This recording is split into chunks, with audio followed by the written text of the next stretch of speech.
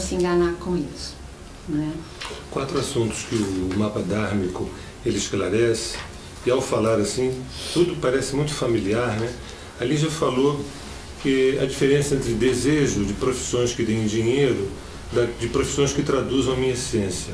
Depois ela falou do desejo de um amor que atenda minhas expectativas, diferente de um desejo de um amor que me devolva a mim como qualidade transformadora. Tem como terceiro tópico o desejo de um padrão de vida alto para sermos respeitados e admirados pelos outros é diferente de uma vida do tamanho exato daquilo em que me tornei, daquilo em que me construí. Qual é o meu tamanho? É chegar na minha própria idade. É muito comum a gente desejar o melhor para a gente do ponto de vista material, olhando de fora para dentro, né? E muitas vezes a gente fica escravizado de um padrão de vida que a gente arrumou e a gente tem que dar conta. E nós somos seduzidos diariamente a aumentar esse padrão, Interessa ao sistema que esse padrão seja cada vez mais alto e a gente corra atrás. É um circuito, e aí isso envolve também uma fragilidade de saúde, aí envolve toda uma estrutura da área de saúde, né? E alimentar. Então vem uma desordem só, por conta de que a gente perdeu o nosso tamanho. Quando eu sei qual é o meu tamanho, eu sei qual é a minha demanda, o que eu necessito, né?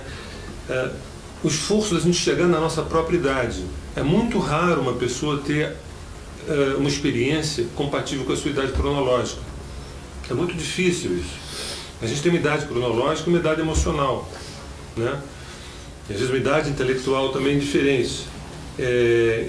Que, embora essas coisas não precisam ser extremamente matemáticas, mas elas têm que ter um equilíbrio. É muito comum a gente ter uma idade emocional muito regredida, a idade do desejo entendeu? E muitas vezes a gente quer ter uma idade intelectual porque a gente lê livros inteligentes e a gente fala coisas que na verdade a gente no fundo não banca. Então, uma das questões do mapa dármico, o terceiro tópico, é como devolver a mim a minha própria idade, como devolver a mim o meu próprio tamanho. Qual é o meu tamanho? Né? Porque eu importo. Quando eu olho e vejo a referência, eu não sou sujeito da minha vida, eu não tenho o meu rosto, né?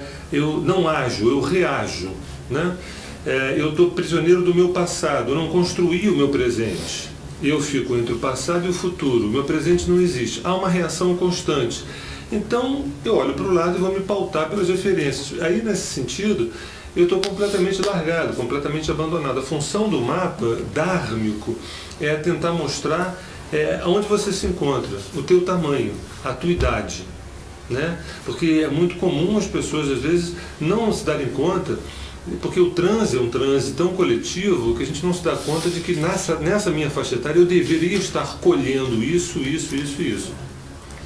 Não por uma demanda social, não por uma expectativa do outro em relação a mim, mas por um anseio da minha psique, da minha biologia, né? A gente estava dando uma palestra recente lá no Rio e a gente trouxe alguns dados cruéis fundamentados na astrologia.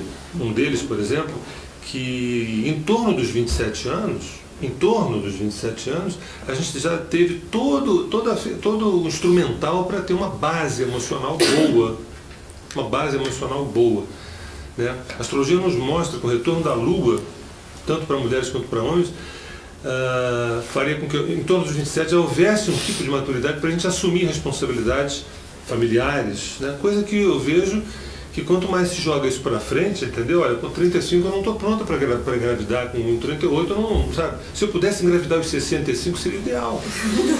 Porque eu acho que aos 65 eu vou estar pronta, entendeu? E isso parece chique, isso parece até um ato de responsabilidade, né? Porque assim, nossa, é tão legal a gente saber do nosso próprio limite, saber que não está pronto. Conversa fiada. O mais legal é outra coisa, a gente se aprontar nos tempos certos. Entendeu? O homem amadurece mais lento do que a mulher. Esse retorno do homem não se dá tanto aos 27, da Lua sim, mas serve aos 29 para o homem, que é retorno de Saturno. Tem um upgrade aí. Tem pessoas que passam por esses ciclos sem perceber coisa nenhuma. A psique está demandando, a biologia está demandando. À noite, quando a gente dorme, a gente tem sonhos que nos revelam e a gente acha que 20, 30, 40, 50 são parecidos. Porque antes eu estava atrás da sobrevivência, hoje eu continuo atrás da sobrevivência. E depois eu estou atrás da sobrevivência. Antes eu queria ser feliz com amor, né? Agora eu quero ser um filho feliz com amor. Escuta, vem cá, não tem ritos de passagem? Não tem ritos de passagem? A função da astrologia é nos devolver a natureza perdida.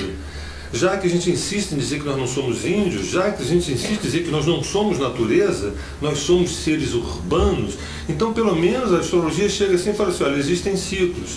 De 0 aos 42 anos, por exemplo, de 0 aos 42, a gente já deveria ter encaminhado a nossa questão financeira, a nossa sustentabilidade.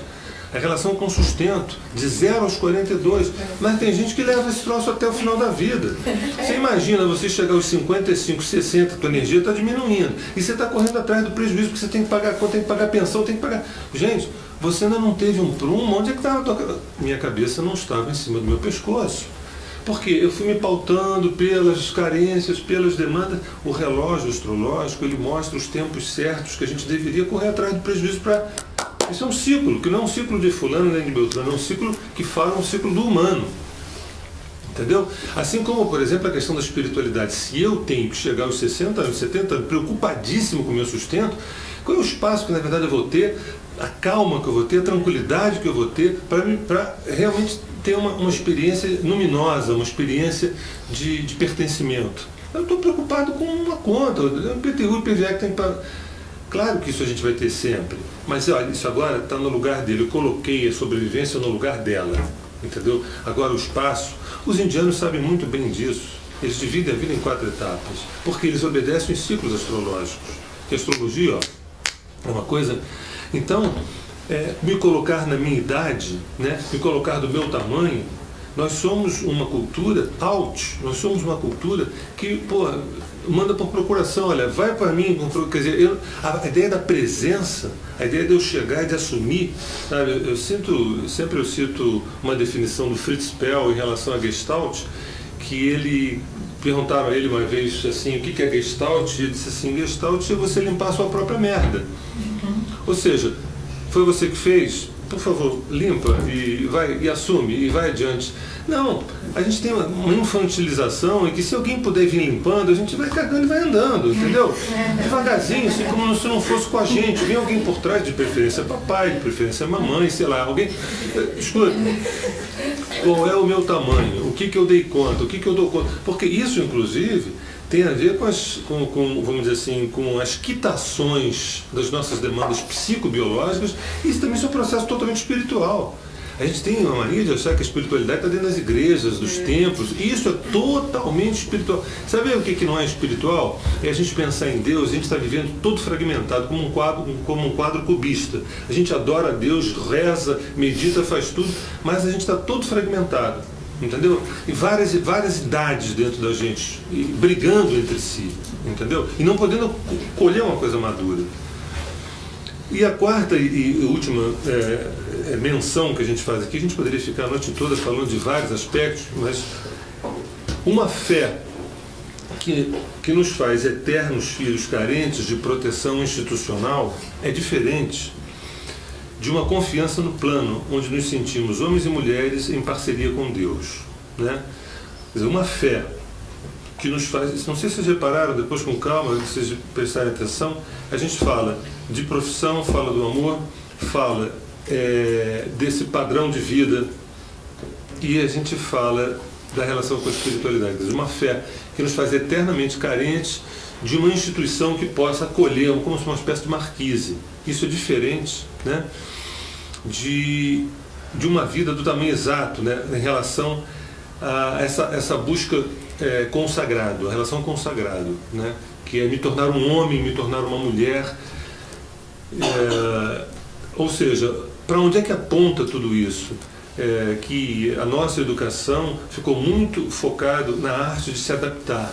Olha, o mundo, meu filho, é assim assado cozido, tem esses perigos assim, e eu acho que você deveria ter o manejo dessa ferramenta, daquela ferramenta, quando na verdade a questão é anterior. Escuta, quem é você, meu filho?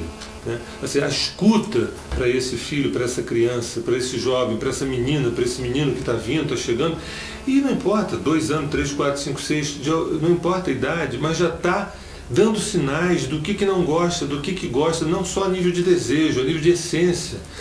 Porque o momento mais importante, onde a coisa está mais pura ainda, é quando a pessoa está fresca, chegando no pedaço, bem novinha, já está dando a entender que adora arte, ou adora números, ou adora filmes de ficção científica. Tem algum sinal ali, que é muito mais do que um lado profissional, é um lado de vocação em relação à vida. Mas a gente, preocupado, porque também se esse filho não se bancar, vai acabar sobrando para mim, eu vou ter que sustentar o marmanjão de alguma forma, entendeu? Então, quais são as ferramentas que eu dou para ele se adaptar ao mundo? Essa não é a questão.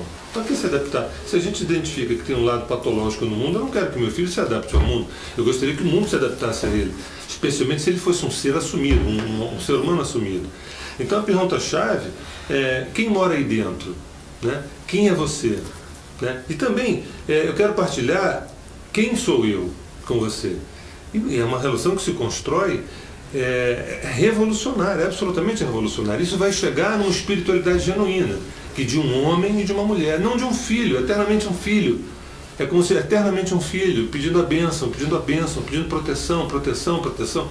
E há uma cultura do medo tão disseminada, quer dizer, a gente vive numa época onde o medo sempre existiu, mas fica mais claro que manipular através do medo é muito mais fácil você manipular através do medo, entendeu?